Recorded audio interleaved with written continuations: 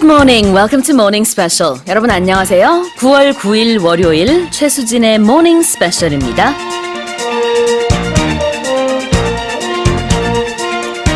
As members of a society, there are certain people that need extra attention and care, such as the case of pregnant women who need to go through 9 months of changes and difficulties and command our most dedicated efforts. From seats reserved for them in subway cars and easy access to trains and planes, now we add another much-needed effort to take care of them. Free vaccines. 우리 청취자분들 사이에 임신 중이시거나 갓 출산하신 분들 계시다면 좋은 소식이 있습니다. 올해부터 임산부도 인플루엔자 예방 백신을 무료로 맞을 수 있습니다. 질병관리본부가 어제 인플루엔자 무료 예방접종 시행 계획을 발표했는데요. 특히 올해는 태아 및 출생 후 6개월 미만 영아의 건강보호를 위해서 인플루엔자 무료 접종 대상이 임산부까지 확대됐습니다. 임신 중에 인플루엔자 백신을 접종하면 태반을 통해서 태아와 영아까지 항체가 형성돼 면역력이 높아진다고 하네요. 인플루엔자 예방접종은 주소지와 관계없이 전국 지정 의료기관 및 보건소에서 가능합니다.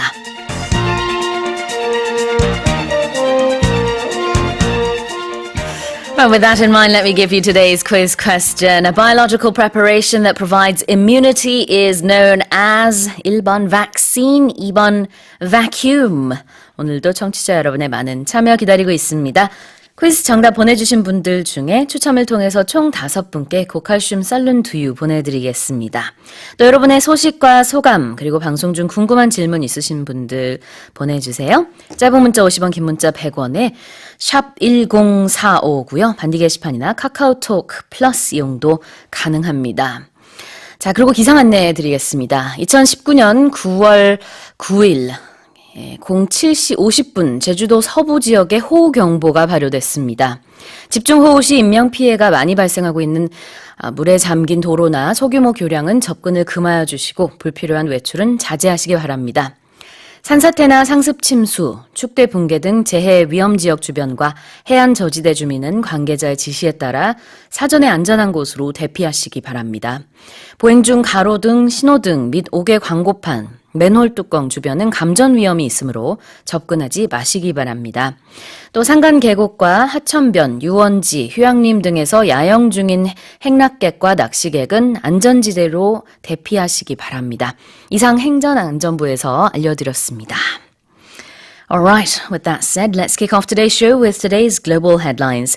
세계 각국 언론사들의 어떤 헤드라인이 올라왔는지 살펴보는 시간입니다. Touch Global Headlines.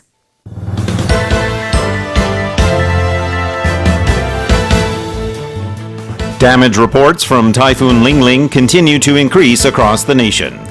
한반도를 통과한 제13호 태풍 링링의 피해 규모가 점점 커지고 있습니다. Russia and Ukraine have conducted a major prisoner swap that released 70 people who had been imprisoned in both countries. 러시아와 우크라이나가 억류하고 있던 상대국 인사 35명씩 맞교환했습니다. Voices of protest are also rising in Japan over the Tokyo Organizing Committee of the Olympic and Paralympic Games' decision to allow the display of the rising sun flag. 2020년 도쿄올림픽, 패럴림픽 조직위원회가 우길기를 허용하겠다는 뜻을 밝힌 것과 관련해 일본에서도 비판의 목소리가 나오고 있습니다. Brazilian cities in the Amazon have agreed to strive for a development that doesn't harm the rainforest. 브라질 아마존 지역 도시들이 열대우림 훼손 없는 개발 노력에 합의했습니다. Director Todd Phillips' movie Joker has won the Golden Lion Award at the 76th Venice Film Festival. 토드 필립스 감독의 영화 조커가 제76회 베니스 국제영화제에서 황금 사자상을 수상했습니다. And for the headlines and more, I'm joined by Walter Sam. Good morning. Yes, indeed. Good morning to you, and a hearty good morning to all of our listeners and all of the viewers, wherever they may be. It's great to be back on air on this Monday. You know, since we made that switch where I'm on Saturdays now, Yeah. rather than Sunday, It feels, I don't know why, but Monday feels different. It feels like I've been away longer for some reason. Yeah, like a mini break. Yeah, maybe, but it's just, it's switched. But nevertheless, here we are. It is Monday. It's a bit of a heavy Monday. The air feels heavy. The pressure is high. The humidity is high. It's rather dusty given all the rain and wind that we had. So, I can feel it. Absolutely.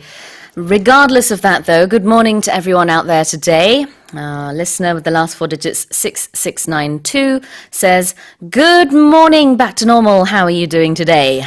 And of course, as we said. Mondays are always a little bit tough, but it is great to be here with you guys.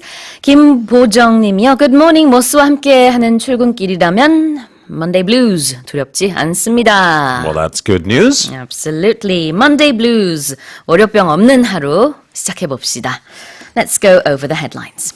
Headline number 1. Damage reports from Typhoon Lingling continue to increase across the nation. 한반도를 통과한 제13호 태풍 링링의 피해 규모가 점점 커지고 있습니다. Well, we have heard reports of, very tragically, some deaths related to Typhoon Lingling. This comes to us from Korea's anti-disaster government agency reporting as of 7 p.m. Sunday that 3 people had been killed and approximately 24 others injured. Up to 3,600 properties have confirmed to be damaged due to the 5th strongest winds ever recorded among typhoons that have hit the Korean peninsula. 네, 이번에 태풍 링링으로 인해서 최소 3명의 사망자와 아까 24명의 부상자라고 하셨나요? 네, 최소 23명 내지는 24명. I had 24 in my reports, but that was of last night 7 p.m. So you may have more current information there. 네, 그래서 사상자가 이제 어쨌거나 20여 명 발생했다는 굉장히 안타까운 소식이고요. There's been a lot of damage here and there across the nation, especially down south as well. Yeah, some of the southern areas were a little bit harder hit, as of course that's where Lingling did first make landfall. If we do look at the overall area, combined area of damage, it said here that in South Korea, some 14,000 hectares of farmland have been affected. Tens of thousands of homes also suffered power outages. And of course, hundreds of passenger flights at several airports around the country were obviously canceled. Regarding those power outages, it was said that about 161,000 homes were affected, and KEPCO, of course, been working hard to get the power back to those people and said now it's almost basically fully 100%. However, the bad news at the end of that relatively good news is that the monsoon season for this autumn has just begun, and so that's going to bring a lot more rain. It might hamper some of those efforts to restore everything back to normal. Well, that could very well be the case, and as I said at the opening, the air feels heavy and you can still feel it, and I think obviously there is forecast of rain here for the next 2 or 3, if not 4 days at least, and of course that could hamper those recovery efforts, not just for the electricity, which of course has been basically restored now, but also repairing the other damages, the fallen trees, the flooded farmland, the greenhouses that are always affected in these cases, and all the other some 3,600 properties as well. Yes, and financial support has been provided across the regions hardest hit as well. So efforts to restore life to normal, I suppose, continues. 네, 그렇습니다. 시설물도 파손이 됐고요. 농작물 피해도 굉장히 많이 발생했는데 이제 가을 장마 때문에 특히 오늘 조금 전에 말씀드린 것처럼 제주도는 지금도 비가 많이 오고 있다고 합니다. 2차 피해가 우려가 되는 상황인데 구호비라든지 아니면은 재난지원금 등등은 선 지급이 됐고요. 계속해서 복구 작업이 진행 중이라고 합니다. Let's go on to our second headline. Headline number 2, Russia and Ukraine have conducted a major prisoner swap that released 70 people who had been imprisoned in both countries. 러시아와 우크라이나가 억류하고 있던 상대국 인사 35명씩을 맞교환했습니다. Yeah, the Korean headline there, I think, is just a little bit more accurate, or at least more clear, or clearer, some might say. 70 people in total, 35 from each side, 35 prisoners being released to the Ukrainian side from Russia. Likewise, 35 prisoners being released to Russia from the Ukrainian side. And many people are saying that this is a good sign that the two, that is Moscow and Kiev, the capitals of those two countries, will hold talks, as at least two countries, France and Germany, have been working behind the scenes to make such a summit happen, to get those two countries together and talking. And the US president also tweeted that this is a very positive step for the two countries. He did. According to a tweet that President Trump issued, he said, quote, "This is a first giant step toward peace." There were several other major world leaders who also gave positive indications of that event. French President Emmanuel Macron, described the swap as a decisive step in the resumption of a continuing dialogue between the two. German Chancellor Angela Merkel also said that the swap is a hopeful sign. However, there was at least one nation that was not as happy with this prisoner swap. Would that be the Netherlands? Yeah, they were. They actually issued a statement saying that they deeply regret that one of the prisoners had been released. That particular prisoner is a suspect in the 2014 downing of Malaysian air flight MH17. 네, 그렇습니다. 대부분의 국제사회 반응은 긍정적이에요. 그래서 어떤 관계 개선, 관계 해빙의 신호탄이다라고 평가를 한 반면에 네덜란드 같은 경우에는 유감을 표명했습니다. 그러냐면 2014년 당시 말레이시아 항공의 그 소속된 여객기가 있었는데 그 여객기가 격추가 됐고요. 거의 300명 가량의 사망자가 발생했습니다. 그 중에서 3분의 2가 네덜란드 사람이었거든요. 그래서 네덜란드는 이 격추한 사람이 이번에 석방된 죄수 중 한 명으로 보고 있고, 그렇기 때문에 이번의 방침은 굉장히 유감이다, 이렇게 밝혔습니다. Yeah, the numbers I have there, 298 people had been on board that Malaysian Airlines flight, with most of them, as you say, being Dutch. If we go back to the sort of start of our talk regarding this article, with many people saying they see this as a good sign of perhaps the two countries getting back together to talk. As a matter of fact, the Ukrainian President Vladimir Zelensky said that very thing. He greeted the prisoners as they were released at the main airport, and he at that time did say that he is ready to schedule talks with Russian President Vladimir Putin, of course, to try to end the conflict there, which is said to have killed some 13,000 people since around 2014. Well, nonetheless, as we've been saying, there has been a bit of a thawing of ties between the Ukraine and Russia, as you said, at least. Let's go on to our next headline. Headline number 3. Voices of protest are also rising in Japan over the Tokyo Organizing Committee of the Olympic and Paralympic Games decision to allow the display of the rising sun flag. 2020년 도쿄올림픽, 패럴림픽 조직위원회가 우길기를 허용하겠다는 뜻을 밝힌 것과 관련해 일본에서도 비판의 목소리가 나오고 있습니다.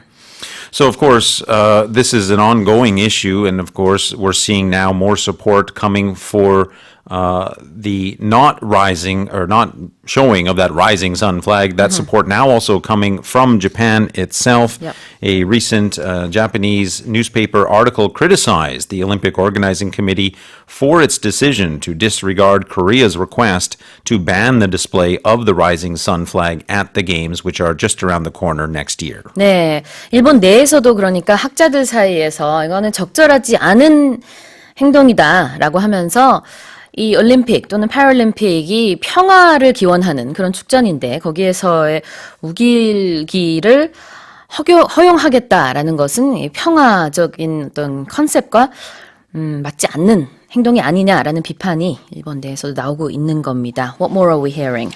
Well, we're hearing actually from the organizing committee itself saying that the posting of the flag itself is not political propaganda. That rising sun flag, of course, I'm sure as many if not all of our listeners know, is a sign of Japan's military aggression. According to a professor at Meiji University, the rising sun flag, in addition to being hoisted on naval warships, was also hung during marches following the occupation of a foreign land. We'll have to see what the response is from our side as well, although obviously we are definitely against it. But people within Japan, as you said, are saying it is not a good idea. Some people are even going as far as saying it is spurring the whole hate speech, hate sentiment within Japan. Yes, indeed. There was another professor at the University of Tokyo saying that very thing, that it is sort of rising the hate speech and right-wing propaganda as well. And he actually said that at the very least, the organizing committee should issue a message saying that it is at least not desirable to use the flag due to the history behind it. Regardless of what the Olympic Committee, organizing committee decides, you can almost guess that people themselves are going to take it upon themselves to display that flag. But the organizing committee is being called upon to at least show some leadership to suggest that should not be the case at the very least. 2 years ago in 2017, there was a football match here in Korea between Korea and Japan. And at that game, one particular spectator brought out the Rising Sun flag. And because of that, there was a huge dispute. And eventually, the AFC had to penalize this spectator, and it did end up in some sort of a punishment. Hopefully we won't be seeing that kind of thing at the Olympics. The clock is ticking. That's indeed right. And remember, the Olympic Games are amateur sport. They are supposed to be free from politics. All right, let's leave that story there and move on to our next headline. Headline number 4. Brazilian cities in the Amazon have agreed to strive for a development that doesn't harm the rainforest. 브라질 아마존 지역 도시들이 열대우림 훼손 없는 개발 노력에 합의했습니다. So these reports are coming to us by way of Brazilian media who report on the officials holding a forum in a northern Amazon state. In that forum, they agreed to pursue development in a sustainable way and without damaging the rainforest. They did go on to sign a document there pledging to follow through with that. The signing here involved representatives of 6 states from the area, as well as the mayors of member cities of the Amazonas State Council. This, of course, comes on the back of huge forest fires in the region. And since the start of this year, what many people have been calling aggressive development within Brazil, cutting down trees, burning trees so that they could have more farmland, to have cattle there, and also to grow other types of crops. That, of course, came under a lot of criticism. The Brazilian government had been persistent on its development plans up until recently, but now it does seem like they've altered their course a little bit. Well, perhaps a little bit, but yes, you are right. The Amazon rainforest has seen the largest number of wildfires there since 2010, numbering as of late at about 95,000 wildfires this year. When we talk about the Amazon rainforest, we very often mention Brazil first. The reason for that is because Brazil has 60% of the Amazon rainforest within its territories. Getting back to the cooperation document that had been signed recently, it calls for finding sustainable development models and thereby improving the income level of the some 20 million residents who are in that Amazon region. 네, 지난주 저희 모닝스페셜에서도 커버했던 스토리지만 이제 아마존 지금 이번엔 산불 때문에 축구장 420만 개에 해당되는 그런 면적이 불에 탔다라는 소식을 전해드렸습니다. 2010년 이래 가장 큰 산불이라고 하고요. 브라질에서는 이번에 그 협력 문서에 서명을 하면서 앞으로는 좀 지속 가능한 개발을 하겠다라는 약속을 했습니다. Let's go on to our final headline. Headline number 5. Director Todd Phillips' movie Joker has won the Golden Lion Award at the 76th Venice Film Festival. 토드 필립스 감독의 영화 조커가 제76회 베니스 국제영화제에서 황금사자상을 수상했습니다.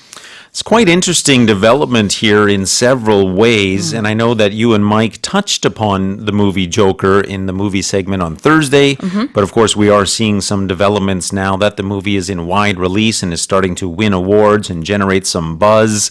One of the buzz items that is being generated is that there are people saying that this could possibly be the first quote-unquote superhero film to win the Best Picture Academy Award or Oscar.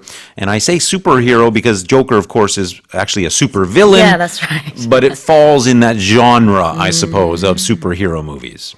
그러게요. 지난주 목요일 날 마이크랑 같이 영화 얘기하면서 그 얘기를 잠깐 나눴었는데 보통의 영웅 영화와는 다르게 악당의 조명을 비춘 영화죠. 조커. 그러면서 상을 타지 않을까? 그때는 그렇게까지만 추측을 했었는데 이번에 베니스 국제영화제의 대상급인 황금 사자상을 받게 됐습니다. Another thing that's quite interesting here is that this movie has been described as being quite dark and not, sort of the happy, feel-good superhero type of movie. And it's especially interesting because director Phillips is also well known for his work in the Hangover trilogy, those three movies that were quite funny and quite lighthearted.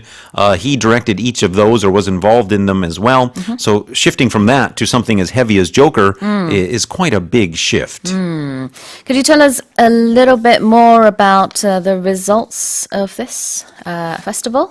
Do we have some more updates on that? I myself do not. However, there was some controversy there, I think, about one grand jury prize going to Roman Polanski's film An Officer and a Spy. Mr. Polanski, of course, has been dogged by allegations of criminal activity, and therefore there was much protest regarding his film being awarded that grand jury prize. 그렇군요. 은사자상 같은 경우에는 로만 폴란스키 감독의 드레이퍼스 사건을 영화한 영화죠. 장교와 스파이, An Officer and a Spy에게 돌아갔고요. 나무주연상은 마틴 에덴에 출연한 이탈리아 배우 루카 마리넬리, 또 여우조연상의 경우는 프랑스 드라마 글로리아 문디에 출연한 아리안 아스카리드에게 돌아갔습니다. Those were our headlines for this morning. Let's remind our listeners of the quiz. Well, our quiz this morning is short and tricky, both the quiz itself as well as the answer choices. So please, on this Monday morning, listen extra closely. Here it is, ladies and gentlemen, boys and girls. A biological preparation that provides immunity is known as blank. Would that be number 1, vaccine, or number 2, vacuum? 짧은 문자 50원, 긴 문자 100원에 샵 1045로 보내주시고요. 반디 게시판이나 카카오톡 플러스 이용도 가능합니다. 추첨을 통해서 총 5분께 고칼슘 쌀른 두유 보내드리겠습니다. Let's have a song now, and this is Little Mix featuring Charlie Puth with Oops.